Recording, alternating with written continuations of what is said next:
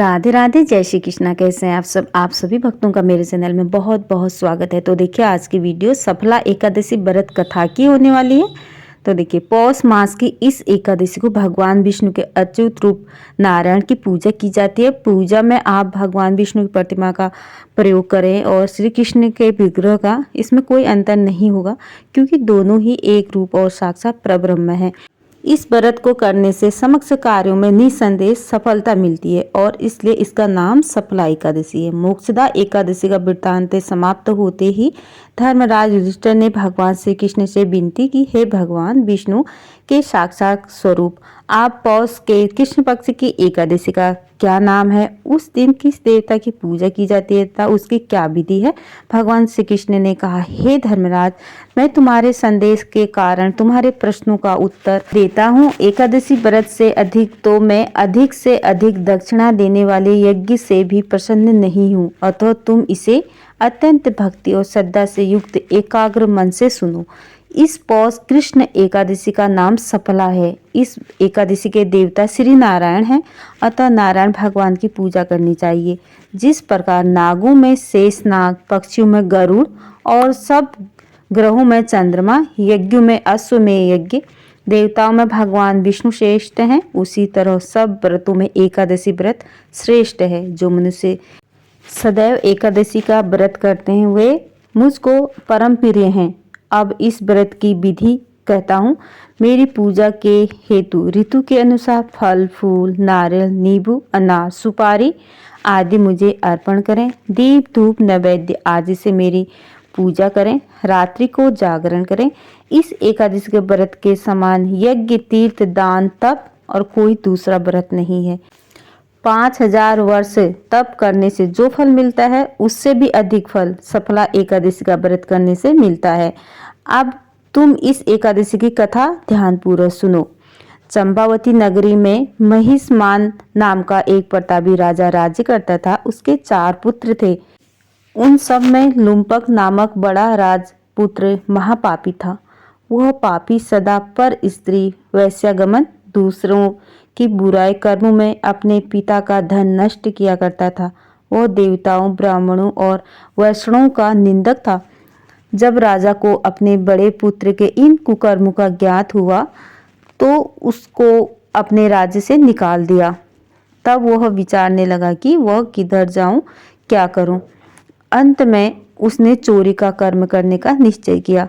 वह दिन भर वन में रहता और रात्रि को अपने पिता की नगरी में चोरी करता। वह प्रजा को तंग करने और मारने का कुकर्म भी करता। वह वन में पशुओं आदि को भी मारकर खा जाता था। राज्य कर्मचारी उसको इन कुकर्मों के कारण पकड़कर भी राजा के डर के मारे छोड़ देते थे। वन में एक अत्यंत प्राचीन पीपल का वृक्ष था। लोग उसकी भगवान के समान पूजा किया करते थे। उसी वृक्ष के नीचे वह महापापी लुम्पक रहा करता था। इस वन को लोग देवताओं का कीड़ा स्थल मानते थे। पौष के कृष्ण पक्ष की दशमी के दिन वह वस्त्रहीन होने के कारण शीत के मारे समक्ष रात्रि सो न सका और मूर्छित हो गया। उसके हाथ पैर अकड़ गए और सूर्योदय होने पर भी उसकी मूर्छा नहीं गई।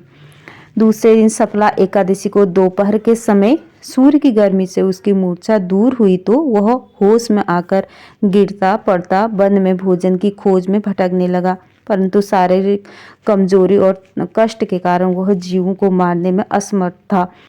अंत में वह वृक्षों से गिरे हुए फलों को बीनकर पीपल के वृक्ष के नीचे आया। उस समय तक सूर्य भगवान अस्त हो गए थे। उसने फलों को पीपल के वृक्ष के नीचे लाकर रख दिया और रो रो कर कहने लगा, भगवान यह सब फल फूल आपको ही अर्पण है, आप ही इससे तृप्त होइए। उस रात्रि भी उसको दुख के मारे नींद नहीं आई और रो रो कर भगवान को याद करता रहा। इस प्रकार उससे अनजाने में ही सफला एकादशी का उपवास और रात्रि में ईश्वर भक्ति हो गई। इस उपवास तथा जागरण से भगवान अत्यंत प्रसन्न हुए और उसके सब पाप नष्ट हो गए। दूसरे दिन प्रातः समय अनेकों सुंदर वस्तुओं से सजा हुआ अति सुंदर घोड़ा उसके सामने आकर खड़ा हो गया। उसी समय आकाशवाणी हुई कि हे राजपुत्र, भगवान नारायण की कृपा से तेरे समक्ष पाप नष्ट हो गए हैं। अब तू अपने पिता के पास जाकर राज्य प्राप्त कर। लुम्पक ने जब ऐसी आकाशवाणी सुनी तो वह अत्यंत प्रसन्न हुआ। हे भगवान, आपकी जय हो कहते हुए उसने घोड़े की पीठ पर रखा खाना खाया और वस्त्र और आभूषण पहन लिए। घोड़े पर चढ़कर वह अपने पिता के पास गया और संपूर्ण कथा सुनाई। कुछ समय बाद राजा महिष्मान ने लुम्पक को अपना राज्यभार सौंप दिया और स्वयं तपस्या करने के लिए वन में चला गया। अब लुम्पक शास्त्रानुसार राज्य करने लगा। उसके स्त्री पुत्र आदि भी नारायण के परम भक्त बन गए। वृद्धावस्था आने पर वह अपने पुत्र को गद्दी देकर भगवान का भजन करने के लिए वन में चला गया और अंत में विष्णुलोक को प्राप्त हुआ। जो मनुष्य भक्तिपूर्वक इस सफला एकादशी का व्रत करते हैं उनको सभी कार्यों में सफलता मिलती है और अंत में मुक्ति मिलती है। जो मनुष्य इस एकादशी का व्रत नहीं करते वे पूंछ और सींगों से रहित पशु के समान हैं। इस सफला एकादशी का व्रत का प्रभाव तो अनंत ही है। इसके महात्म्य के पढ़ने अथवा सुनने से भी वाजपेयी यज्ञ का फल प्राप्त होता है। तो बोलो एकादशी मैया की जय। राधे राधे दोस्तों, यही थी छोटी सी वीडियो पसंद आती तो लाइक करना, शेयर करना, कमेंट करना और मेरे चैनल को सब्सक्राइब करना। राधे राधे, जय श्री कृष्णा। Thank you. सफला एकादशी के दिन ये व्रत कथा जरूर से सुने। Radhe Radhe, thank you.